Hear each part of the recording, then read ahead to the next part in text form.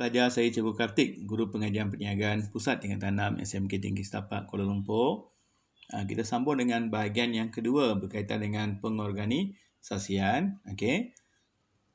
So dalam bahagian ni cikgu akan sambung dengan penjabatanan ikut matriks. Okey. So kenapa dipanggil matriks? Dia merupakan sistem berbilang arahan. Okey, maksudnya pekerja akan sistem berbilang arahan, maksudnya pekerja akan melapor kepada dua ketua. Dia ada ketua jabatan fungsi dan division. Okey. Kalau kamu tengok gambar ni, yang pasukan pemasaran ni, marketing team ni, dia lapor kepada pengurus pemasaran, marketing manager dan juga project A team leader. So dia ada dua ketua. Ketua pertama marketing manager, yang kedua team leader untuk project A. Jadi tim marketing ni dia kena lapor kepada dua ketua. Itu dipanggil sistem berbilang arahan. Okey. So pekerja akan melapor kepada dua ketua. Dan matriks ni dia gabungkan penjabatan ikut fungsi dan division. Fungsi, division. Okey, kita ada project A, B, C, D. Kita ada fungsi iaitu pemasaran, operasi, kewangan dan sumber manusia. Okey. Dan penjabatan ekonometrik ni sangat sesuai untuk persekitaran yang sering berubah dan biasa digunakan untuk syarikat yang menjalankan perundingan, konsultan, pengiklanan, pembinaan, syarikat IT dan sebagainya sebab mereka dalam persekitaran yang sering berubah. Okey. Apa kelebihan dan kelemahan penjabatan ikut matriks? Okey. So ingat yang kuning ni kongsi kepakaran. Fleksibel. Okey, fleksibel. Kemahiran, boleh meningkatkan kemahiran pekerja, merentasi fungsian, menggalakkan kerjasama antara jabatan dan boleh bertindak balas dengan lebih cepat kepada persekitaran. So remember, 3K, kepakaran, kemahiran, kerjasama. Okey, ini keyword untuk kelebihan. Kelemahan, keliru, konflik, kos. Okey, 3K juga. Okey, pekerja mungkin keliru sebab dia lapor kepada dua ketua. Konflik antara pengurus division dengan pengurus fungsian. Okey, ini konflik yang mungkin berlaku antara marketing manager, fungsi, ini division. Okey, mungkin berlaku konflik antara dua pihak ni. Okey. Banyak masa digunakan untuk koordinasi membuat keputusan dan memerlukan kos yang tinggi. So member 3K, yang ni pun 3K, kepakaran, kemahiran kerjasama, keliru, konflik, kos. Okey. Okey, struktur pasukan atau struktur berdasarkan pasukan, okey, dia ni dalam bentuk pasukan kerja. Dia ada grup. Okey, mereka ada pasukan kerja untuk mencapai matlamat yang sama. Okey, dan dia tidak mempunyai hierarki atau rantaian arahan. Okey, dia tak ada rantaian arahan, terima arahan daripada siapa sebab dia bekerja dalam satu kumpulan. Okey, setiap pasukan dia mempunyai accountability terhadap prestasi syarikat. Dia bertanggungjawab ke atas prestasi syarikat dan ini boleh meningkatkan kualiti dan productivity. Ini kalau soalan tanya struktur berdasarkan pasukan. Okey, yang ini belum pernah keluar dalam exam ya. Okey, struktur berdasarkan projek. Okey, so projek ni pekerja diberi projek secara kekal. Dia sama seperti matriks tetapi bila projek ni selesai, mereka tak balik pada jabatan asal. Mereka akan terus sambung bekerja dengan projek yang baru. Jadi, struktur berdasarkan projek ni, dia lebih kekal. Okey, dia kekal berbanding dengan macam matriks tadi. Okey. Contohnya, di sini ada 3 orang manager pengurus. Okey.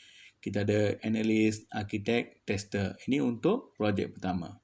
Ini untuk projek kedua, yang ini untuk projek ketiga. Jadi, mereka akan bekerja dalam kumpulan sampai siap projek ni. Lepas tu mereka dapat projek yang baru. Okey. So struktur berdasarkan projek ni biasa digunakan oleh syarikat IT. Contohnya yang develop game kan. Dia mungkin manager A dia bagi satu projek untuk develop game A. Ini game B, yang ni game C. So lepas mereka develop game ni, mereka akan dapat projek yang baru pula. Okey, atau mencipta perisian, software dan sebagainya. Okey. Struktur berdasarkan unit perniagaan strategik SPU. Okey. Yang ni biasanya dalam bentuk subsidiary atau anak syarikat. Okey.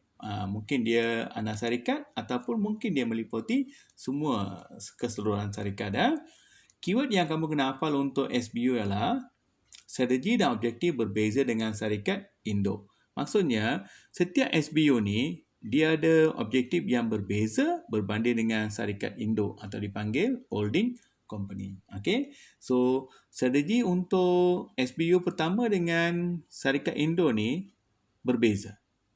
Strategi objektif berbeza antara syarikat utama Indo dengan SBU ni. Okay? Dan mereka masing-masing ada logistik, production dan sebagainya. Okay?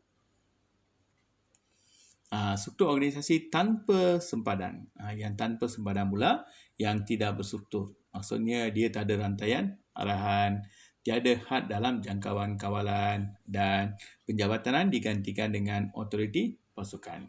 Okay?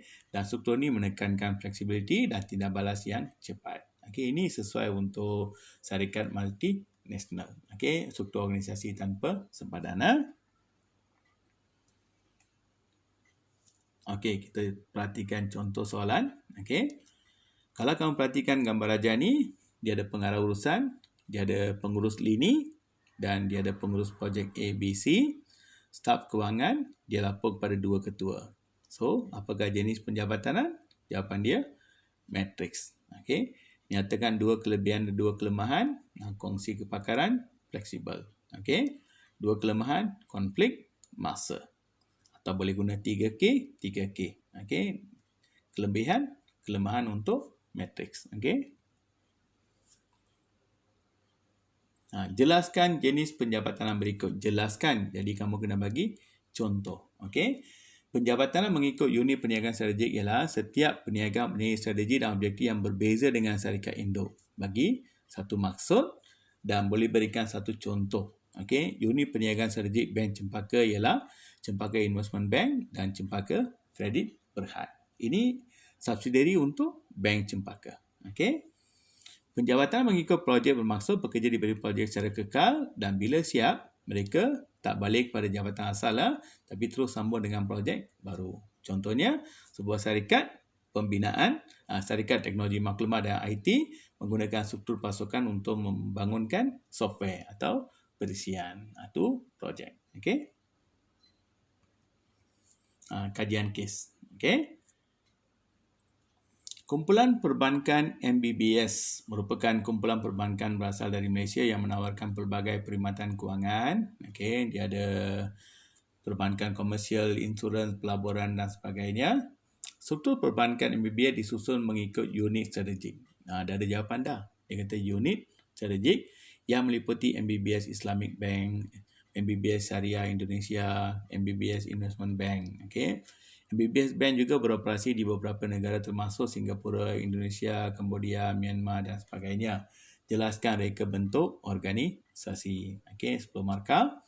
So, first one, penjabatanan unit perniagaan strategik. Bagi maksud, iaitu setiap unit mempunyai strategi berbeza dengan syarikat Indo. Okey, lepas tu kaitan kes yang 3 ni. Okey, iaitu MBBS Islamic Bank Berhad, MBBS Syariah Indonesia, MBBS Investment Banking Berhad. Penjabatanan ikut division geografi. Okey.